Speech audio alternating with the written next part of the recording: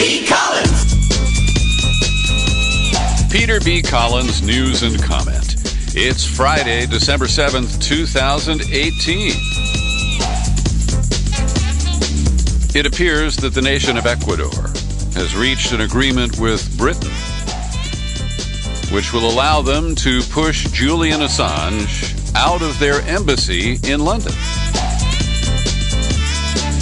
Now, I consider this to be a very important story about First Amendment, about press freedoms, and about the plight of Julian Assange. And I know he's not considered to be a sympathetic character, and I don't care about that. These are important, substantive issues.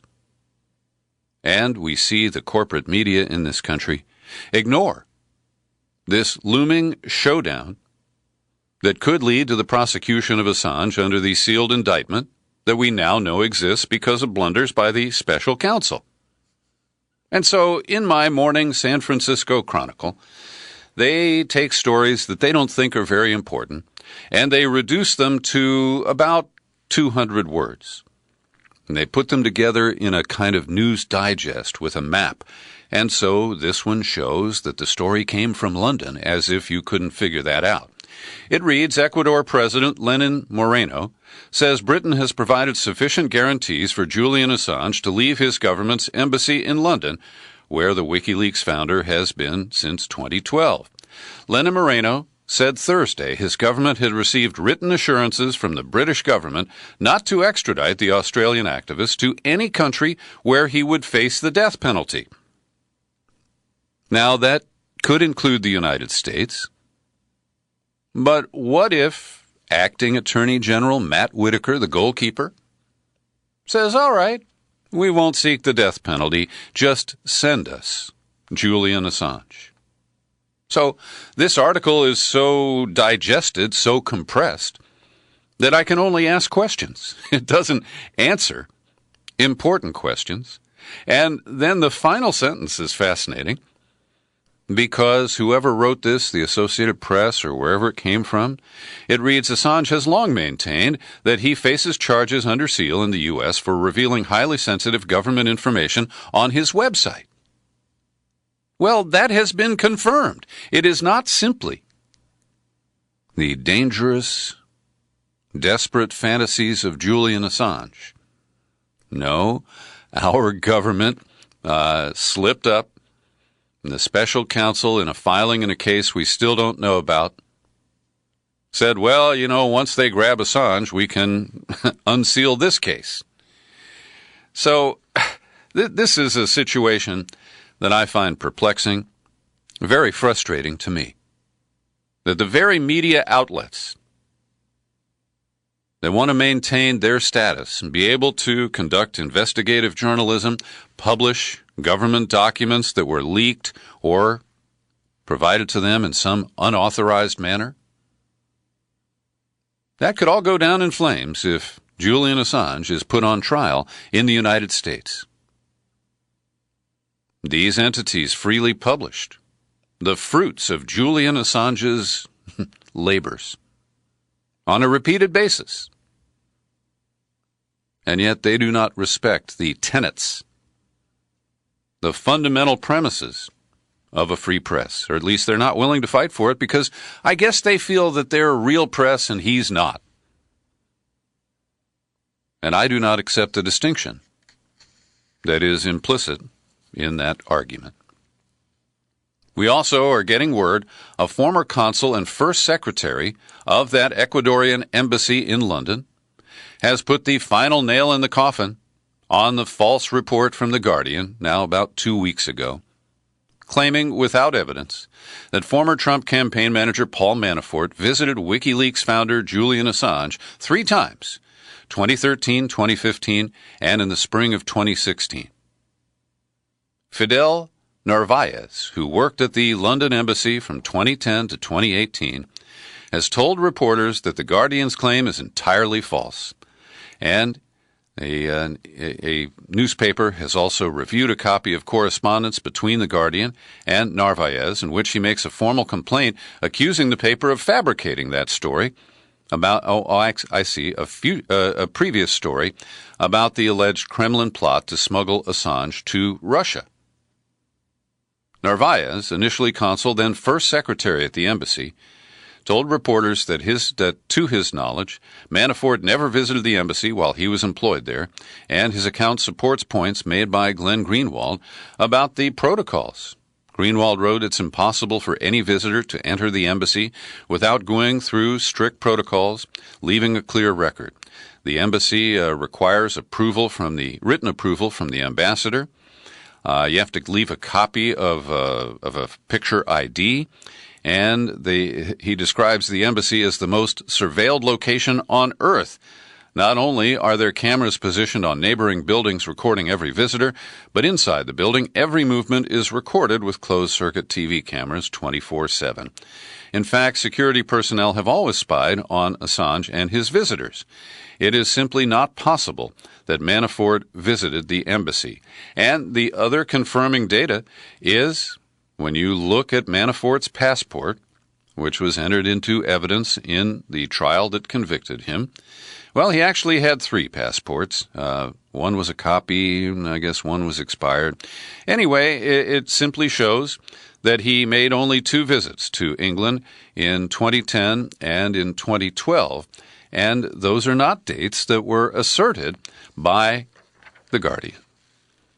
Meanwhile, in Ireland, they are moving forward, as the United States is moving backward on reproductive rights and a woman's right to control her body. As the U.S. rolls back access to abortion and even to contraception, the Roman Catholic nation of Ireland has passed a law that introduces legal abortion, and it is free to any woman who seeks it. Now, it's a 12-week, limit on access to abortion. But this is a very progressive move in a country that has languished because of the outsized influence of Rome, the Catholic Church, on its political policies. And just compare that to what is going on here in the regressive United States of America. While we're in Europe, a quick look at the change of the guard coming up in Germany. The Conservative Party, the Christian Democratic Union, has opted for continuity rather than change. Today they elected Annegret Kramp-Karrenbauer, an ally of Angela Merkel, to succeed her as party leader, giving her the inside track on becoming the next chancellor of Germany. And, we've been reporting to you almost a daily basis now about the contested election in Congressional District 9 in North Carolina. And the latest is it appears that the Republicans recognize that there is a serious fraud problem there, and they appear to be giving way. The Republican candidate has said that he would agree to a new election because of the widespread allegations of fraud there. But we're not the only country that has these issues. In Afghanistan, the site of the whatever war and now 17 years of occupation by the United States, an election complaints agency yesterday invalidated all of the votes cast in Kabul province in October's parliamentary election. Now, there is another layer of bureaucracy. This ruling sets up a stalemate with the agency administering the vote, which is called the Independent Election Commission. The commission said it would ignore the decision invalidating the votes, which would ordinarily require a new election within 7 days, and would certify the results of Kabul's vote in coming days. That sounds like the Republicans in Georgia and Florida just a couple of weeks ago. Well, we'll see how that is resolved in Afghanistan. Back here in the U.S. of A., about 2 weeks remain before the wrap-up of the lame duck session of the House and the Senate. And there's an interesting dispute underway that does not follow the typical party divide between Democrats and Republicans. There are, by some counts, as many as, 28 Republicans who say that they would vote for this really weak, it's a modest bill called the First Step Act. And I support this, as modest as it is, because it's better than nothing. And what it would do is address some of the inequities in our federal sentencing guidelines.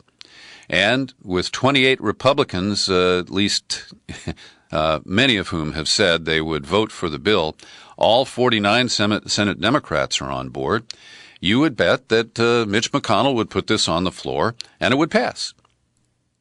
But John Cornyn, who is the whip, he tries to line up the votes on the Republican side.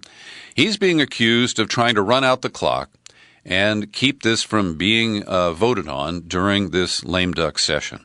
And he's supported by Tom Cotton, the knuckle-dragging senator from Arkansas, who has warned his colleagues that they could lose their jobs. They could lose seats if they vote for this ease on crime law. And he even refers to it as a jailbreak bill. And that is so far from the truth, because estimates indicate that no more than 4,000 to 7,000 people would be able to petition. They wouldn't be automatically released. They would be able to petition to have their sentences reduced. And Tom Cotton thinks that that's just way, way too liberal.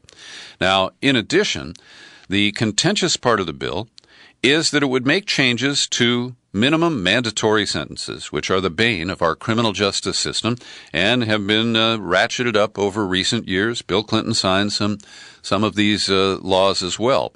And I do not support minimum mandatory sentences. It ties the hands of a judge to issue a sentence that is consistent with the facts of the matter before that court.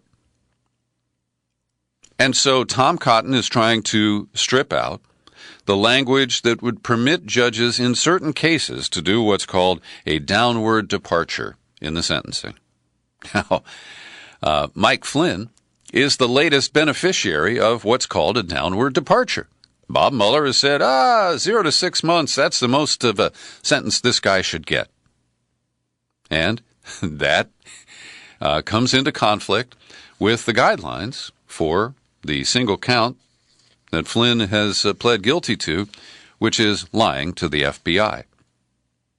So Donald Trump went into the archives of Republican attorneys general, and he found a guy who is still alive and willing to revisit his job as the head of the Justice Department.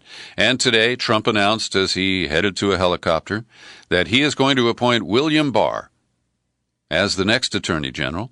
He served under Poppy Bush, who just died, from 1991 to 1993. Now, this sets up another very tense process, because when the Senate moves to consider the confirmation of Bill Barr as the next Attorney General, they're going to hear his statements where he's criticized his old buddy Bob Mueller, who he worked with at the Justice Department back in the 90s.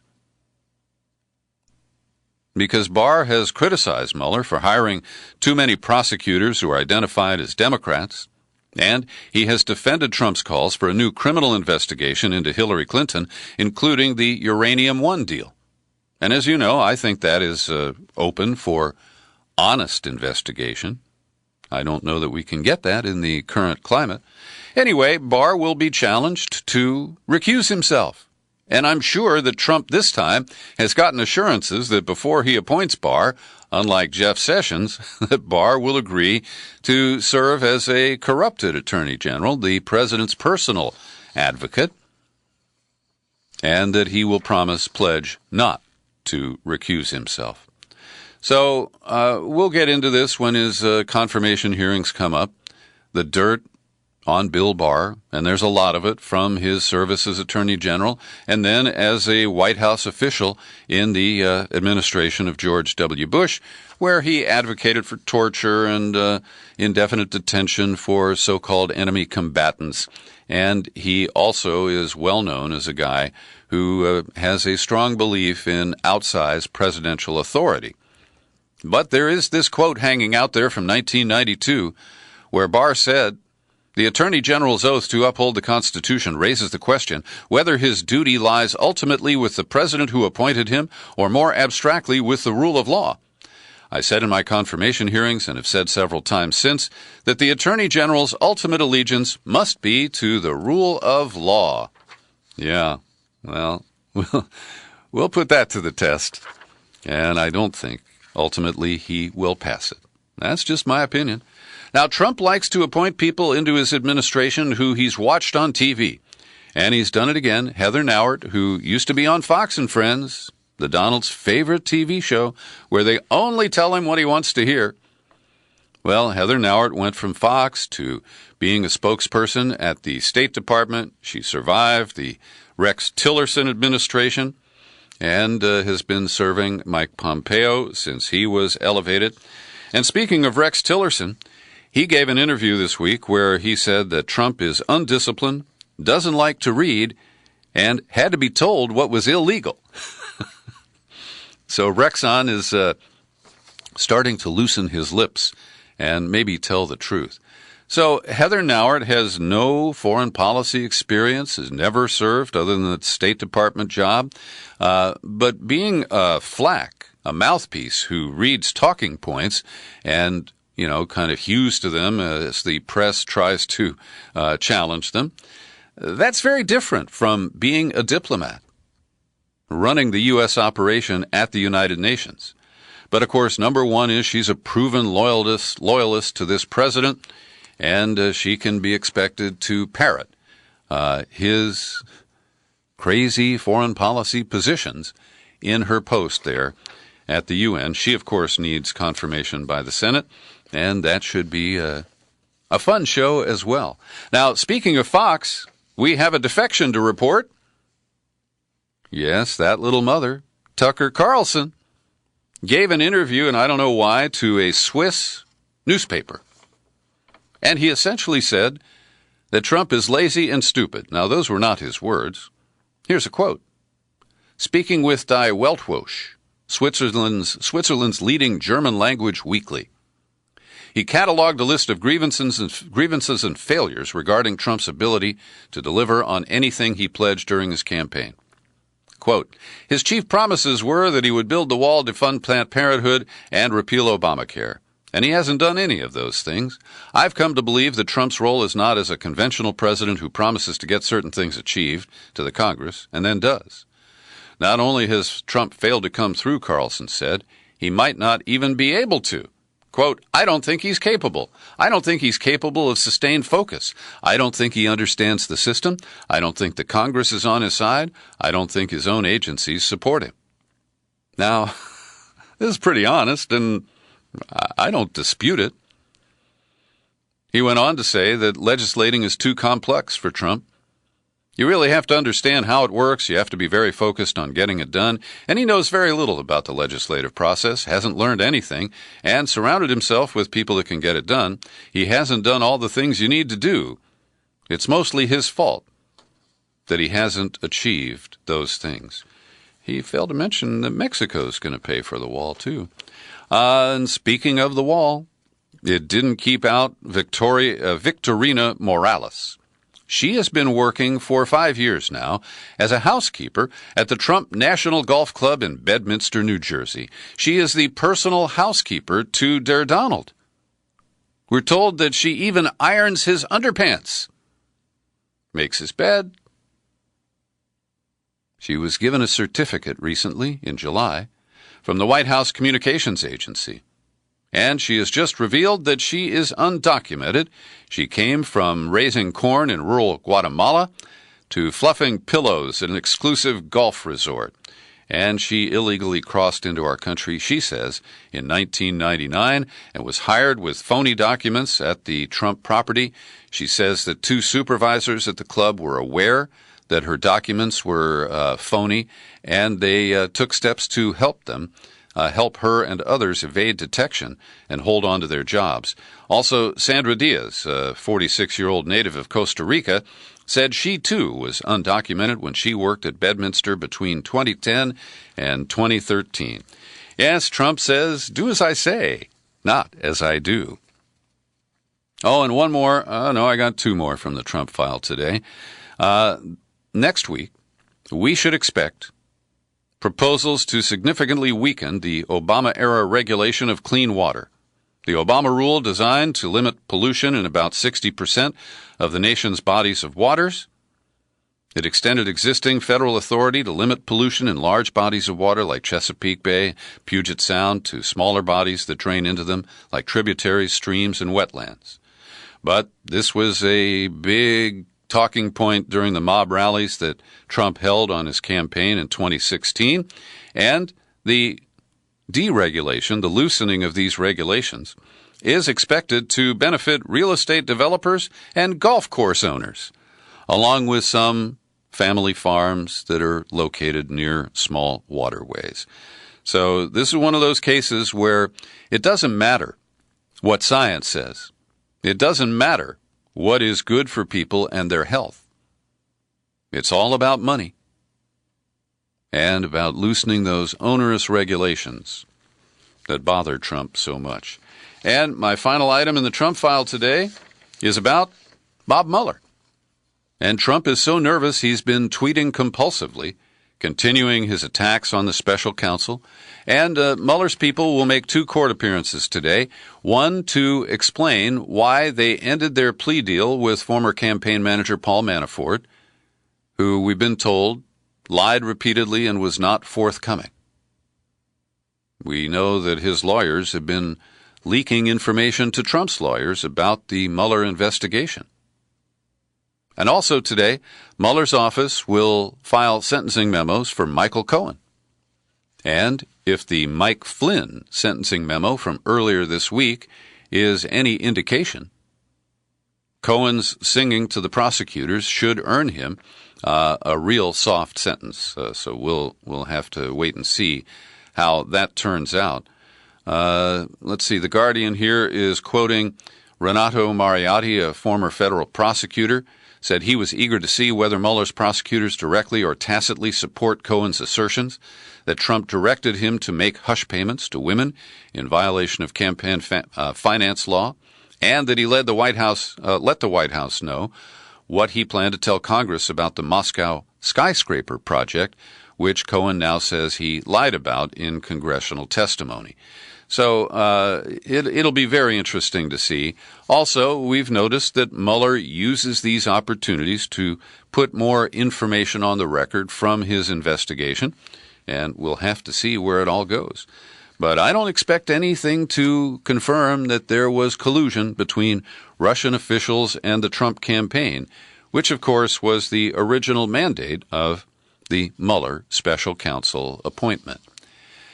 Every day I pause for a second to thank the people who support my work here at the Peter B. Collins Podcast with your subscriptions. Let's see who's on the list today. It's Jerry in Southeast Portland. Richard Crosby kicks in $10 a month. Siri Walgren, the original Siri, not that Apple robot voice. She's a $5 a month supporter. And let's go for one more. Marvin Rasmussen, he also kicks in $5 a month. I believe many of you are capable of contributing to this podcast. I don't presume it. I know lots of people on fixed incomes who simply don't have an extra $5 a month. But if you do, I'm not going to shame you. I'm just going to encourage you to visit peterbcollins.com, find the menu tab, click on it, then click on Become a Subscriber.